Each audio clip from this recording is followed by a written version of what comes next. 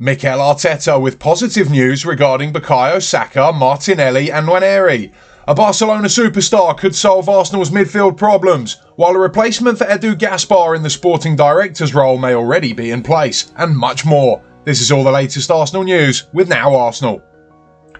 But before we get to that, former England striker Darren Bent has pointed to the form of Arsenal captain Martin Odegaard as one of the main reasons why the Gunners are struggling in the Premier League title race.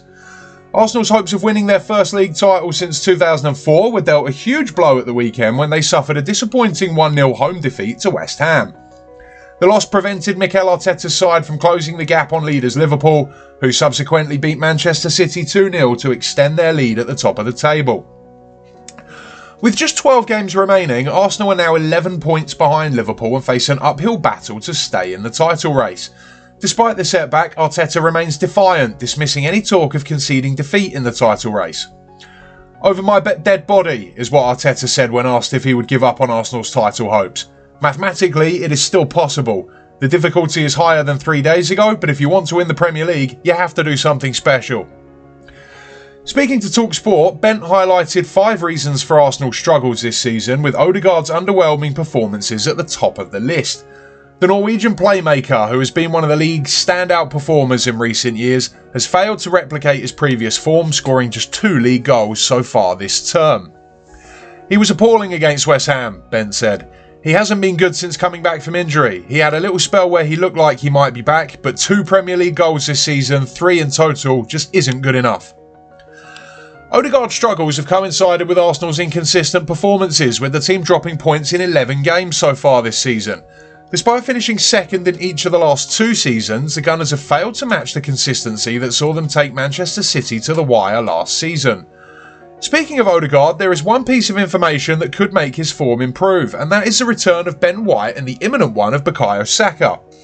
Speaking about the right-back, who hasn't played a full game for Arsenal since the 1-1 draw with Chelsea on 10th of November, Arteta said, "He's a player that has given us something very, very special, especially in that right unit. We haven't played with that right unit at all this season, with him, Bukayo and Odegaard as well, a unit that has played so much football together. It's great to have him back. It's more options, and his energy, the way he is around the team and what he generates, he's certainly been missed." And with that in mind, perhaps we have the answer to Odegaard's recent struggles. The trio of the Norwegian, along with Saka and White on the right flank, which has caused so much damage to opponents in recent years, has only played 3 games together this season before Odegaard suffered an ankle sprain in early September. As for Saka and Martinelli, who are both out with hamstring injuries, Arteta said, "Bukayo Saka and Gabriel Martinelli are progressing really well, but are still a bit far from coming back.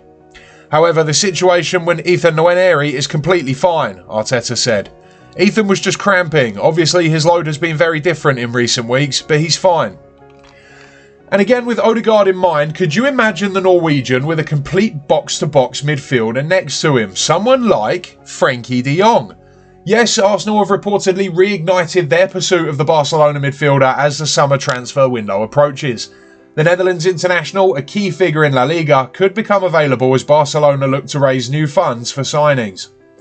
Financial constraints have often led the Catalan giants to consider parting ways with de Jong despite his importance to the team.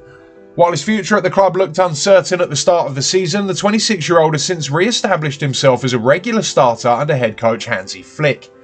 Recent reports suggest that de Jong is now keen to extend his stay at the Camp Nou. However, contract talks between Barcelona sporting director Deco and de Jong's representatives have yet to begin, although negotiations are expected to take place in the coming weeks. If an agreement is not reached before the summer, Barcelona could be forced to sell to avoid losing the midfielder on a free transfer when his current deal expires in 2026. Should de Jong become available, the Premier League appears to be his most likely destination. Arsenal and Liverpool are said to be monitoring the situation closely, with the Gunners making a formal approach during the transfer window. Barcelona, meanwhile, could be open to a reduced fee for de Jong, something that cannot be said for Arsenal's other big transfer target this summer, Real Sociedad's Martin Zubimendi.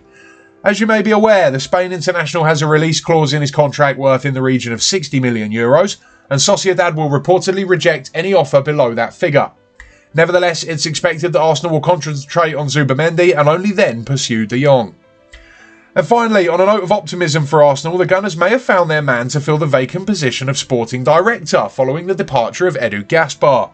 The former player left the club in November 2024, leaving Arsenal without a head of recruitment for the last 3 months. However, one of the names being considered to replace Gaspar is one of the biggest names in the business, Paris Saint-Germain's football advisor Luis Campos. The highly rated Portuguese, who is renowned for his ability to identify and develop young talent, is yet to renew his contract with the French champions. His current deal was due to expire in the summer, making him a prime target for Arsenal. According to French outfit Le Ten Sport, PSG have been in talks with Campos for several months, hoping to secure his future following the extension of head coach Luis Enrique's contract. However, competition for Campos' services is intensifying, with both Arsenal and Chelsea reportedly pushing to lure him to the Premier League. Chelsea are understood to be offering Campos the role of CEO of football, a position with greater influence than a traditional sporting director. Meanwhile, Arsenal are also keen to persuade him to leave Paris and oversee their recruitment strategy. Talks are ongoing and speculation has intensified after Campos was spotted in London at the weekend. Luis Campos has played a key role in reshaping PSG's approach to recruitment, shifting the club's focus away from high-profile superstars and towards emerging young talent. During his tenure, the club has signed the likes of Vitinha, Bradley Barcola and João Neves. Prior to joining PSG, he enjoyed successful spells at Monaco and Lille, where he helped to develop the likes of Kylian Mbappe, Victor Osimhen, Bernardo Silva, Fabinho and Anthony Martial, many of whom were later sold for substantial profits. With Arsenal keen to find the right successor to Edu, Campos' track record of building competitive teams through smart recruitment makes him an appealing option. However, the battle for his signature remains open as discussions continue.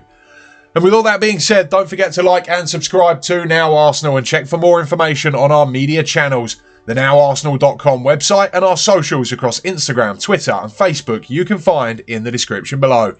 Thank you for watching and see you on the next video when we bring you more news on Arsenal Football Club.